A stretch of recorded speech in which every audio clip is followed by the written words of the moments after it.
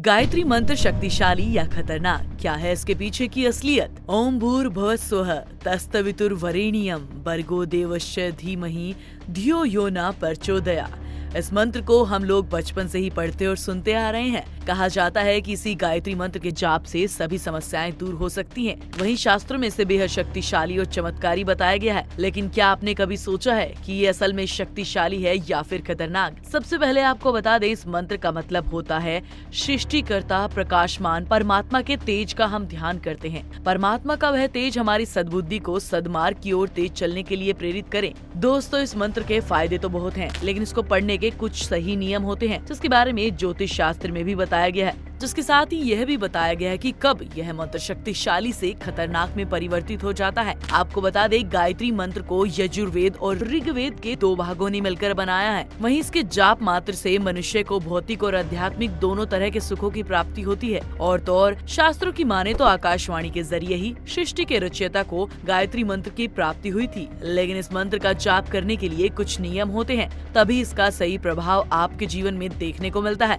दोस्तों, ज्योतिष शास्त्र में यही सलाह दी जाती है कि हमेशा गायत्री मंत्र का सही उच्चारण करना चाहिए। इसका जाप सिर्फ मन में किया जाता है और तो और इसके जाप के दौरान कुश के आसन में ही बैठना चाहिए, या तो फिर आप पश्चिम की ओर मुख करें और तुलसी या चंदन की माला की मदद से ही इसका जाप करें। दरअसल गायत्री मंत्र एक ऐसा मंत्र होता है जिसकी मदद से कोई भी इंसान अपनी जिंदगी में चल रही हर तरह की समस्या को जड़ से खत्म कर सकता है। वहीं कहा जाता है कि ये मंत्र खासतौर से विद्यार्थियों के लिए महामंत्र की तरह काम करता है, जिससे वो अपनी एकाग्रता को और भी ज्यादा बेहतर कर सकते हैं। वहीं अगर आप गायत्री मंत्र का रोज सही तरह से जाप करें तो ये आपके क्रोध को भी शांत कर देता है और तो और व्यक्ति को तनाव और चिंता जैसी समस्याओं से भी छुट्टी मिल जाती है। और कहा जाता है कि जिसकी कुंडली में किसी भी तरह का दोष हो, उसे गायत्री मंत्र का रोज जाप करना चाहिए। इसका असर आपको अपनी कुंडली में भी देखने को मिल जाता है। इसके साथ ही उसकी कुंडली में सूर्य की स्थिति बेहतर होती है और इसके साथ ही समाज में सम्मान भी बढ़ जाता है। इतना ही नहीं, आपको जानकर हैरानी होगी कि गायत्री मंत्र भक्तों के लिए शक्तिशाली और सिद्धियों से भरपूर होने के अलावा कई बार खतरनाक साबित भी हो सकता है। लेकिन सवाल ये उठता है कि आखिर कब? वैसे तो गायत्री मंत्र एक मनुष्य को साधना की गहराई तक लेकर जाता है, लेकिन गायत्री मंत्र का ज्यादा जाप करना उसी मंत्र को वैराग्य की ओर ले जाता है।